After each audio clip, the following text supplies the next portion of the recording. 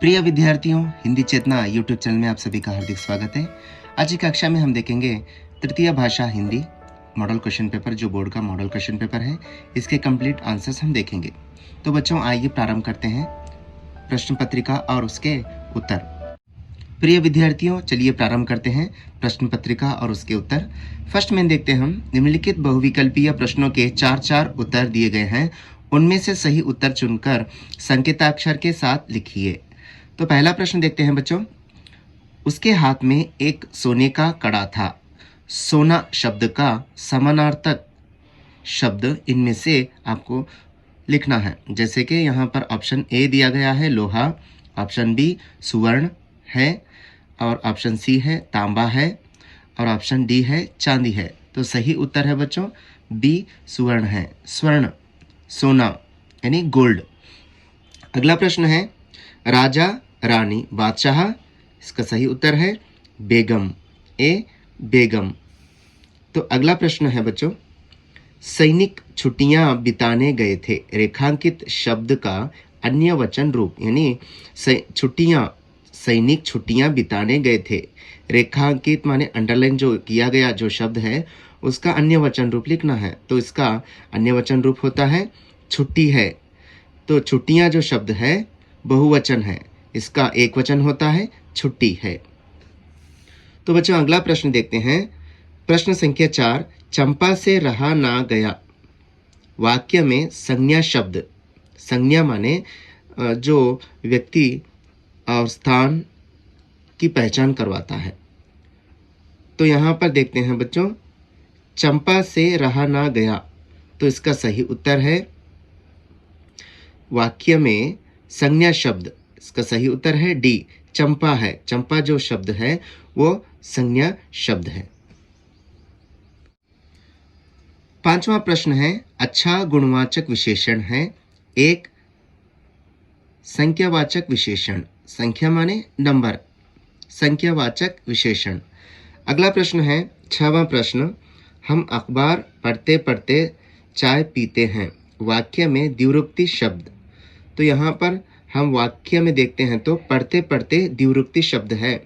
द्विरुक्ति माने एक ही शब्द दो बार हम उच्चार करते हैं, यानी पढ़ते हैं।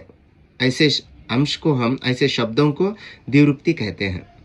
तो आइए बच्चों अगला प्रश्न देखते हैं। 7वां प्रश्न सीखना सिखाना चलना चलाना। इसका सही उत्तर है चलाना। यहाँ पर प्रेरणार्थक क्रिया दिया गया है। सीखना एक क्रिया है तो उसका प्रथम प्रेरणार्थक क्रिया होता है सिखाना, द्वितीय होता है सिखवाना। वैसे ही चलना चलाना चलवाना। निम्नलिखित में से शुद्ध वाक्य है डी अध्यापिका पाठ पढ़ाती है। अगला प्रश्न है 9वां प्रश्न इनमें से सही वर्तनी वाला शब्द। इसका सही उत्तर है सी मस्ती है। अगला प्रश्न है 10वां प्रश्न चित्र से संबंधित शब्द। तो सही उत्तर है इसका डी पेड़ है। तो 11वां प्रश्न देखते हैं फूलाना समाना मुहावरे से संबंधित वाक्य। फूलाना समाना या फूलेना समाना, इसका सही उत्तर है ए अत्यंत प्रसन्न होना, यानी अत्यंत खुश होना। तो अगला प्रश्न है 12वां प्रश्न तिम्मक्का अनपढ़ महिला थी। रेखांकित शब्द का विरुद्धार्थक शब्द। इसका सही उत्तर है बी पढ़ है। 13वां प्रश्न देखते हैं बच्चों निम्नलिखित शब्दों में से व्यक्तिवाचक संज्ञा, व्यक्तिवाचक संज्ञा है। इसका सही उत्तर है सी प्रिया है। तो अगला प्रश्न देखते हैं 14वां प्रश्न संज्ञा शब्दों के बदले में प्रयुक्त होने वाला। इसका सही उत्तर है डी सर्वनाम है। जहां हम संज्ञा शब्दों के बदले में हम प्रयोग करते हैं शब्दों को, उन्हें सर्वनाम कहते हैं। तो आगे देखते हैं 15वां प्रश्न निम्नलिखित पद्यांश में प्रयुक्त तुकांत शब्द। इसका सही उत्तर है बच्चों ए आई लाई। तो अगला प्रश्न देखते हैं 16वां प्रश्न आंख देखना कान सुनना। आंख से हम देखते हैं और कान से हम सुनते हैं। सेकंड लाइन देखते हैं बच्चों निम्नलिखित प्रश्नों के उत्तर एक एक वाक्य में लिखिए। 4 प्रश्न हैं। और प्रत्येक प्रश्न को 1 अंक निर्धारित किया गया है। 17वां प्रश्न है, अभिनव गीत पद्य से बच्चे क्या सीखते हैं? अभिनव गीत पद्य से बच्चों को कष्ट के समय में भी हंसते रहने और सबको सुख देते रहने की सीख सीखते हैं। तो अगला प्रश्न है, सेब कहाँ से गिरा? सेब पेड़ से गिरा। 19वां प्रश्न है, मेजर को कौन सा कार्य कठिन था? मेजर को इच्छोगिल नहर का मोर्चा संभालने का कार्य कठिन था। 20वां प्रश्न है, उदंत मार्तंड किस भाषा की प्रथम पत्रिका है? उदंत मार्तंड हिंदी भाषा का प्रथम पत्रिका है। तो आइए आगे देखते हैं। निम्नलिखित प्रश्नों के उत्तर 2-3 वाक्य में लिखिए। गांधी जी के स्वभाव के बारे में लिखिए। महात्मा गांधी महान पुरुष थे। बालक मोहनदास करमचंद गांधी शर्मीले स्वभाव के थे। ठीक समय पर स्कूल जाते और घंटी बजते ही घर चलते। उन्हें काम से काम था, कभी झूठ नहीं बोले। 22वां प्रश्न है बच्चों, शिक्षा कविता से क्या सबक मिलती है?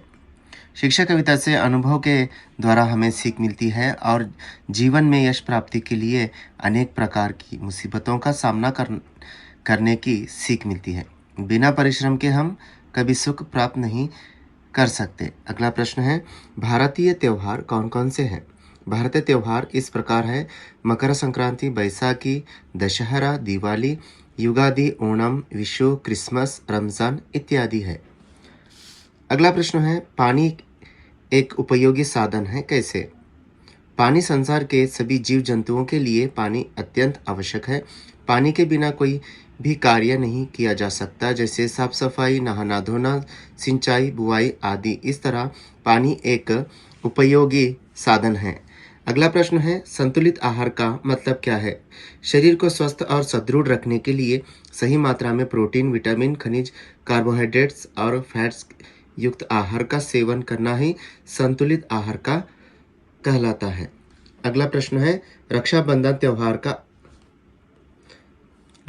त्योहार का आचरण के बारे में लिखिए। रक्षाबंधन त्योहार भाई बहन का त्योहार है। बहन अपने भाई को रक्षाबंधन यानी राखी बांधकर उसके लिए प्रार्थना करती है। आगे देखते हैं, निम्नलिखित प्रश्नों के उत्तर 4-6 वाक्य में लिखिए।